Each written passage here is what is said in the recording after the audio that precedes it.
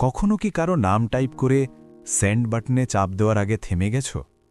কখনো কি এমন হয়েছে একটা নাম লিখলেই বুকের ভেতর কাঁপন ধরে, কিন্তু পাঠাতে ভয় লাগে?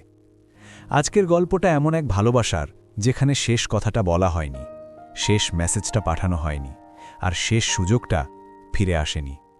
শেষ পর্যন্ত শুনলে বুঝবে সবচেয়ে কষ্টের বিচ্ছেদ হয় তখন যখন গল্পটা শেষ হয় না, শুধু থেমে যায়। ঋত্বিকের ফোনে একটা নাম ছিল, মেঘলা।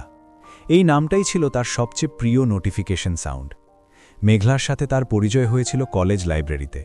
সেদিন বৃষ্টি হচ্ছিল, সবাই ছুটে যাচ্ছিল ক্লাসে, কিন্তু একটা মেয়ে জানালার পাশে দাঁড়িয়ে বৃষ্টি দেখছিল। ঋত্বিক প্রথমে শুধু তাকিয়েছিল, তারপর খেয়াল করল মেয়েটা বৃষ্টির ফোঁটা গুনছে। ও কাছে গিয়ে বলল, আপনি কি বৃষ্টির সংখ্যা গুনছেন? মেয়েটা হেসে বলল, না, স্মৃতি গুনছি। সেই এক উত্তরেই ঋত্বিক হারিয়ে গেল। পরের কয়েকদিন লাইব্রেরিতে ইচ্ছা করেই যেত ঋত্বিক, কারণ সে জানত মেঘলা থাকবে।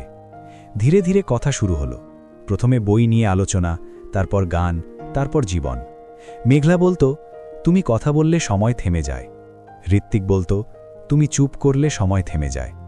ওরা কখনো প্রপোজ করেনি, কখনো আই লাভ ইউ বলেনি, কিন্তু ভালোবাসা ছিল চোখের ভেতর, কথার ফাঁকে, নীরবতার মাঝখানে। একদিন মেঘলা হঠাৎ বলল, আমার বাড়ি থেকে বিয়ের কথা চলছে। ঋত্বিকের মনে হলো কেউ বুকের ভেতর থেকে বাতাস বের করে নিয়েছে। সে হাসি দিয়ে বলল, ভালো তো। মেঘলা তাকিয়ে রইল। তুমি কিছু বলবে না?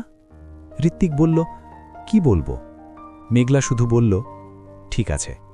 ওই ঠিক আছে কথাটার ভেতরেই হাজারটা অভিমান ছিল। সেদিন রাতে মেঘলা মেসেজ দিল, তুমি যদি বলো আমি না বলতে পারি। ঋত্বিক ফোনের দিকে তাকিয়ে রইল। আঙ্গুল কিবোর্ডে গেল।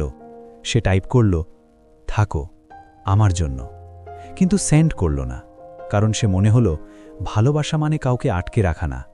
সে মেসেজটা ডিলিট করে লিখল, খুশি থাকো, সেন্ড। এরপর থেকে মেঘলা আর কখনো মেসেজ করেনি, না কল, না টেক্সট, না কোনো খবর। শুধু একটা নাম রয়ে গেল ফোনে। একদিন রাতে পুরনো চ্যাট স্ক্রল করতে করতে ঋত্বিক দেখল শেষ মেসেজটা এখনও আছে, খুশি থাকো। সে আবার টাইপ করতে লাগল, আমি আজও তোমাকে ভালোবাসি। টাইপ করা শেষ, নামটা উপরে জ্বলছে, মেঘলা। কিন্তু সে সেন্ড করল না, কারণ সে জানে কিছু নাম শুধু মনে রাখার জন্য, ফিরিয়ে আনার জন্য না।